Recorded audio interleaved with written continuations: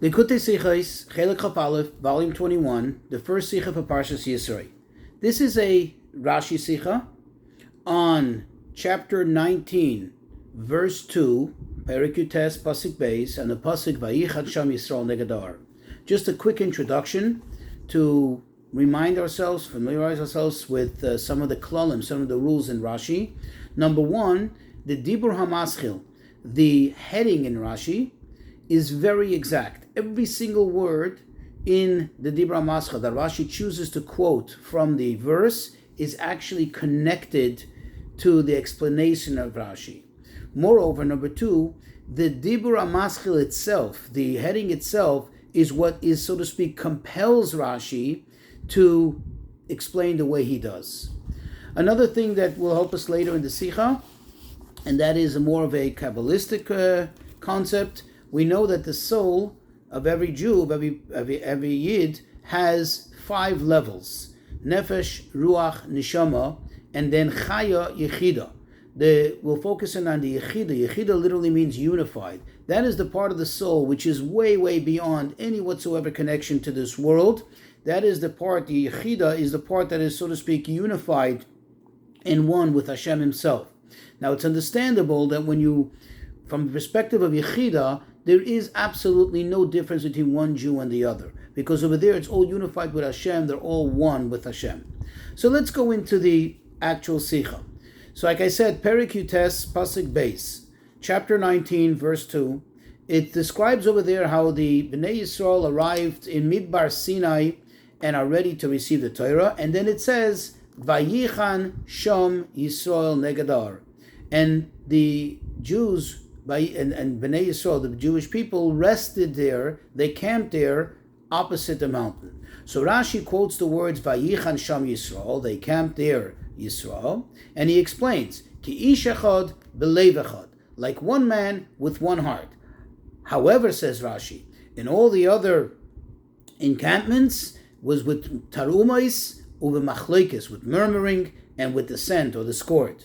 Now it's obvious that the reason why Rashi explains it here, and it seems to be very parallel to what it says in the Medrash in the Mechilta, it seems, and the Rebbe will soon explain how it's not, it seems that what compelled Rashi is because it says over here, Vayichan, it says it in singular form, and it's referring to all of the Jewish people, and therefore he has to explain that over here, it was like one man with one heart, and that's why, in general, it wasn't like that. Usually, it was Vayachanu, and they rested, not and he rested, and they camped, not and he camped.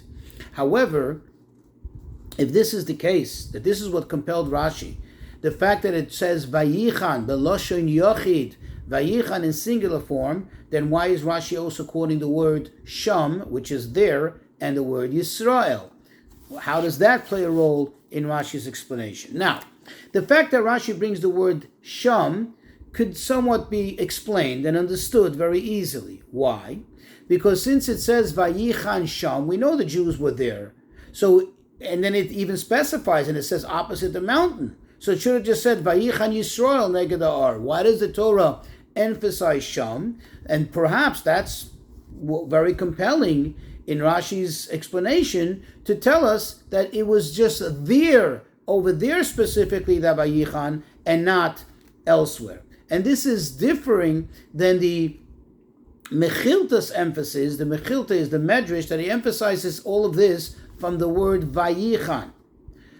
If this is the case, we still remain with the question, why does he put in the word Yisrael? We just accounted for Vayichan, or seemingly accounted for Vayichan, and which means that he camped, and Sham there, but why does Rashi put also into the heading the word Yisrael?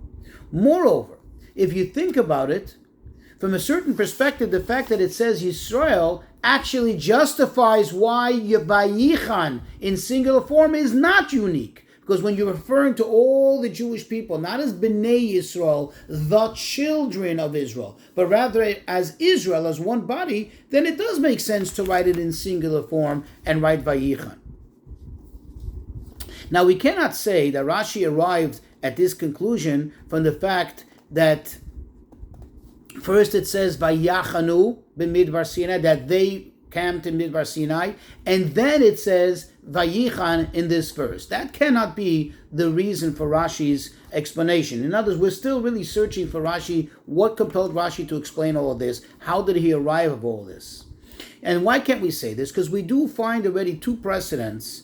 If you look in chapter 20, first chapter 14, verse 31, where it describes what happened by Kriyas Yam. So if it says, Vayar Yisrael es Yad HaGdolah, and Israel saw, and it says Vayar in Loshin Yochid, and then it says he saw the great hand that Hashem had inflicted on the Egyptians, and then it says Vayiru ha'ames Hashem Vayaminu. It says and they saw and they believed. It says it in plural. Then if you look in chapter 20 verse 15 a little later on, where it describes what happened when they saw the revelation of godliness, it says Vayar ha'am, and the nation saw, it says Vayar Loshin Yochid in singular form, Vayonu, and they trembled, Vayamdu Merachik, and they stood from afar.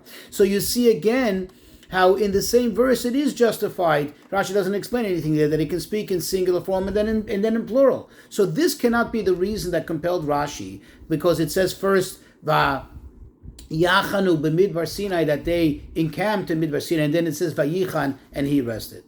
So far, we haven't yet come to the conclusion what compelled Rashi to explain all this, and how is it all reflective in the Dibur HaMaskil. And that's why we kept on asking why this word, why that word. Really, we're searching to, or we're seeking to figure out what was the reason that compelled Rashi to explain what he explains, and then we'll get a better appreciation of his explanation. Another thing we need to understand, that, like we said, it seems very obvious that the source for Rashi's explanation is the Mechilta we kept on mentioning, the Medrash.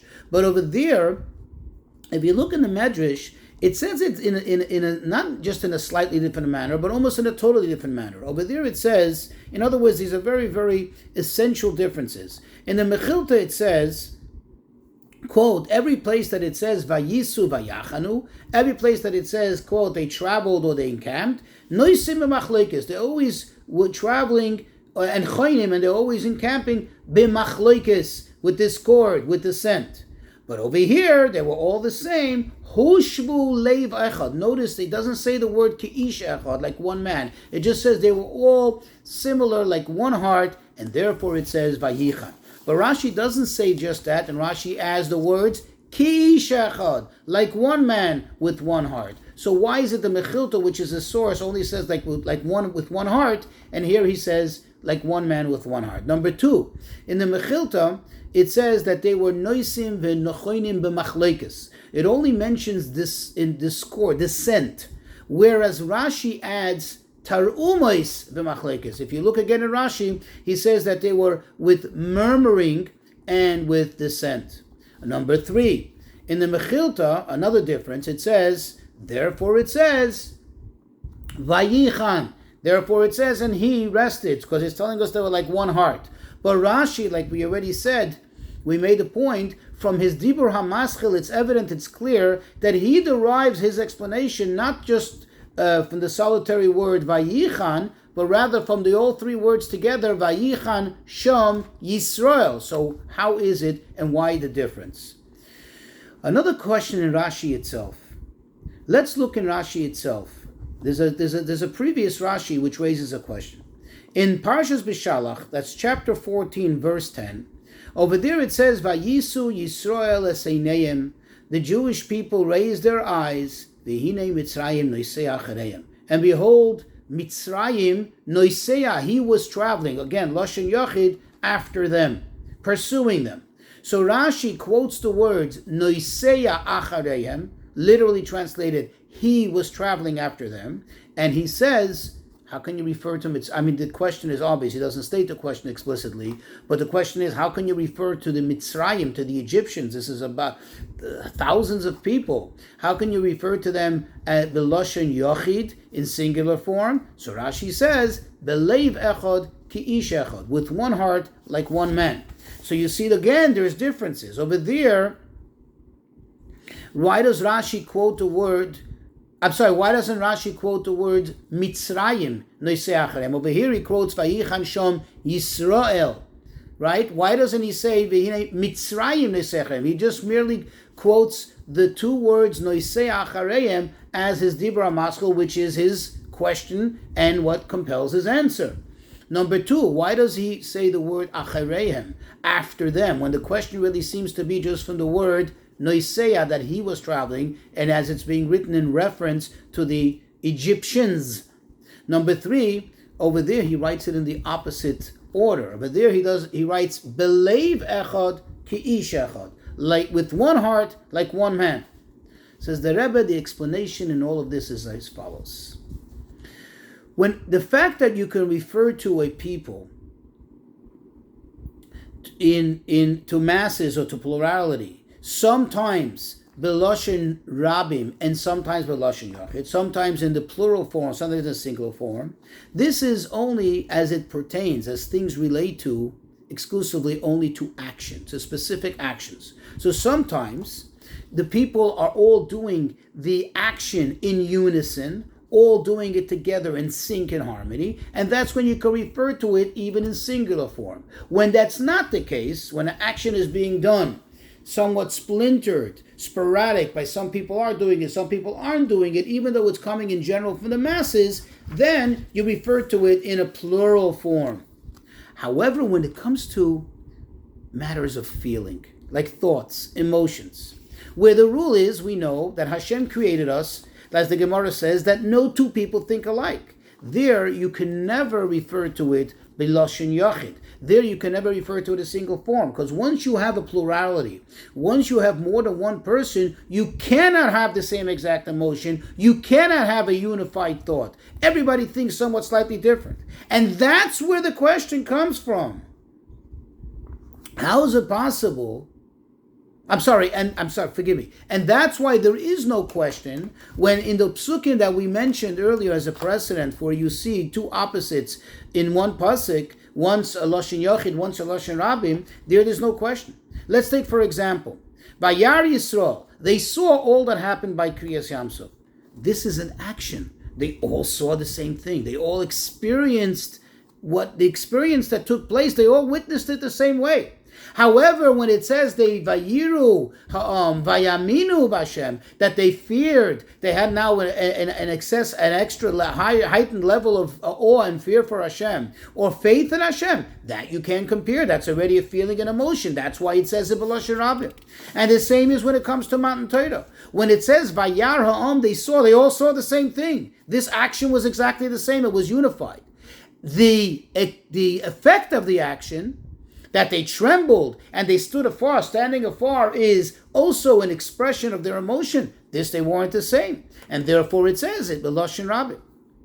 And when it comes to the Egyptians, when the Egyptians were pursuing the Jewish people, so one would have thought perhaps the Egyptians weren't all like-minded. They weren't all exactly in the same state of mind, in the same state of emotion. Why? Because we do know that there was a difference within the ranks of the Egyptians themselves. We had Pari, who was so stubborn. Then you had the Egyptians who begged him to let the Jews go. And then you even had the Egyptians that even earlier on, they were the ones who, quote, feared Hashem. And therefore, one would have thought that now they're all pursuing the Jews, but it's not all in unison, it's not all the same. And that's where Rashi brings the words, Noiseya acharehem. They were traveling after them, they were pursuing them. When it came to the pursuit of them, of the Jewish people, they all became unified now. That is the chiddush, that is the novelty here. And that's why Rashi incorporates it in the Dibur HaMaschil, to tell us that what brought them together at this juncture was the Noiseya Achareihem, that they were pursuing them, the Jewish people. They all turned their hearts against them. And that's why Rashi says, we'll appreciate why he says, Belev Echad Ki Ish Echad, that because they had all a common feeling, which was a novelty, that's why the Pasuk points it out, against the Jewish people, it was Noiseya, it was a unified Achareim after them, they were after the Jews, that's why they became, this unified them, and they became like one person. Now we'll appreciate the Rashi in our Parsha, now we'll truly appreciate it. Because it already says, Vayachanu b'midbar Sinai. It already said in the previous verse that they encamped there. So we know that they're there. We know that they're encamping in the desert of Sinai, which means they're there in front of the mountain. Why then did the Torah write again, Vayichan, and they camped Sham Neged Ha'ar, opposite the mountain? It's obvious. So Rashi understood that this is to emphasize, this is to give us an idea, not that they camped there, not the action, but the manner in which that they're camping there. In other words, how they're preparing themselves for the Torah. Meaning the first verse was just telling us merely the fact, the action that they came and they encamped there. The second one is telling us in what manner, in what spirit they were encamping. And therefore it would have made sense, that's like we said earlier, like we explained before, that since no two people think alike, no people have exactly the same emotions, therefore specifically here it should have said it in a plural form, not in a singular form. It should have said Vayachanu, because in terms of preparation to Matan Torah, they cannot be the same. They cannot all feel the same. They're not all at the same level of intellect. No, but it says Vayichan. Therefore Rashi emphasizes Vayichan Shom Yisrael. He's explaining to us that when it comes to that, the reason why it was Vayichan, the reason why they were all able to be one and like one, even though typically people cannot be one, people cannot think the same way, people are not created to feel alike, to feel and think alike. But over here, what came revealed was the aspect of Yisroel that's in them. Meaning because they were all that pintalayid, that essence, the spark of their Jewishness, all became revealed. Therefore, this unified them, and it became Vayichan. It became that he encamped, and that's why Rashi first prefaces and says K'ish Echad, like one man, since they all connected to that one manhood, that one man idea that they are, which is Yisrael, the essence of being Jewish. Now it also affected B'leiv Echad, that their emotions were in harmony and unity. That's why he says K'ish Echad B'leiv Echad. The contrast, the Mitzrayim, if you recall, when he said first B'leiv Echad K'ish Echad, because they weren't one person, they weren't exactly thinking alike. It's just in that moment, in that situation where they were pursuing the Jews, they all became so full of hatred to the Jews. And they all had now like a common cause that combined them, that brought them together and gave them a sense of the same emotion, B'leiv Echad, and that brought them to be like Ish Echad. And that's why Rashi says over there, B'leiv Echad ki Ish Echad. But by Yidden, it was ki Ish Echad because this is their commonality. This is who we are. And this brought us to B'leiv Echad, that we should also feel the same. However, the Mechilta, remember, in contrast, the emphasis is that they were all B'leiv Echad. They were all preparing themselves in the same harmonious way to receiving the Torah. Now that we understand that according to Rashi, there are two things here. There is K'ish Echad, the revelation of the spark of Jewishness, the Etzem being a Yid, and then there is then a result of it, B'leiv Echad. We can also understand why Rashi adds, when Rashi adds the words B'tar umois v'machloikes. If you recall, the Mechilta only said that they had always machloikes, which is discord, dissent. And Rashi adds murmuring and dissent, because the pasuk emphasizes the word sham, Vayichan sham, there. That means there, in contrast to the other places. So Rashi understood that this unity that became expressed here was only here, not elsewhere. And therefore, elsewhere there was always a machloikis. There was always dissent, which is the opposite of ish echad, of one man, and there was always tarumis, murmuring, which is expression of various feelings of emotions, the opposite of leiv echad. Now the Rebbe adds from Yeino Shel Torah. You remember the quote, wine of Torah, meaning the esoteric meaning, an esoteric explanation, and then also later hoiroi, directive from this Rashi. See, in essence, if you look around, the world was designed in a way that it's full of plurality, and everything is split. You don't see a unity in the world. It's not meant to be visibly unified. How everything seems to be separate from another. What does bring the unity in the world? What does bring the world to be unified? All the various objects and the various existences in the world. That is the revelation of godliness. When there's a revelation of a Likus, a Gilui Likus, then there's a unity in the world. Where is this revelation? How does it come about? How does God reveal himself? Through Torah. Through Torah. And therefore the Mechilta holds that the effect of Matan Torah was so strong, was so powerful, that not only did it affect in real time as the Torah was being given, but already a few days prior to it, it was having an effect on the Jewish people, and that's why they were already belev echad. There was a unity even in their emotions, even in their separate, in their what in the aspect of them that typically would be separate and different. It already unified that. However, according to Rashi, no. Matan Torah affected whatever it affected, meaning it brought about the unity in real time as the Torah was being given. During Matan Torah, that's when it was happening. The fact that they were K'ish Echad, says Rashi, it comes out according to Rashi, was not because of Matan Torah directly itself. Rather, K'ish Echad was because of the revelation of the highest level of their neshama, the Bechinas HaYechida that's in the Yidden. Since it became revealed, this brought them all together and made them one, as we explained in the introduction to the Sicha. Now this, the Ish Echad, that they're essentially really one man, one person, they all come from the same place, Yechida, this brought as a result that their preparation to Matan Torah was belev echad, and that's why he says ki ish echad belev echad.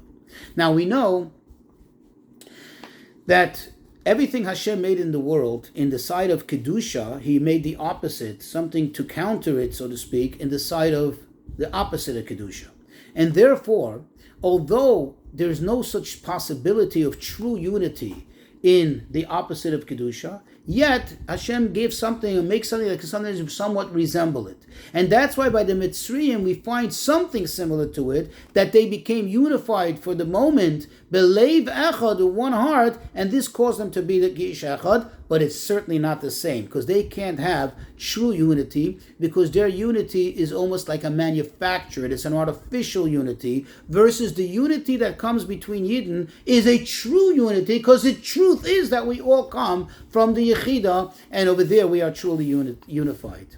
The Rebbe concludes that although true there is an essential difference between a Yid and the opposite of a Jew, right? A Jew is the only one who can truly experience true unity and true connection to the Torah, therefore. However, once Hashem gave the Torah, and He gave the Torah for all, and He gave the Torah to affect the world, therefore it's imperative that also for the Goy there has to be something at least similar, something that can mimic this, although it won't be the actual thing, but something to mimic it, a true unity and connection to Hashem.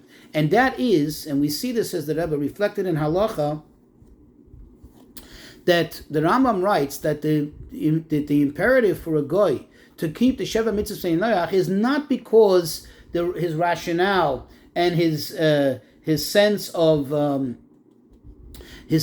ethics and morals dictate so, but rather because so said Hashem, because this is what Hashem said. Another, because of the Torah, and this brings the goy keeps the Sheva Mitzvah Noach. Even the goy is effective in making the world into a place that's a shus hayochid, that's like a private domain, a place where Hashem is unified with the world.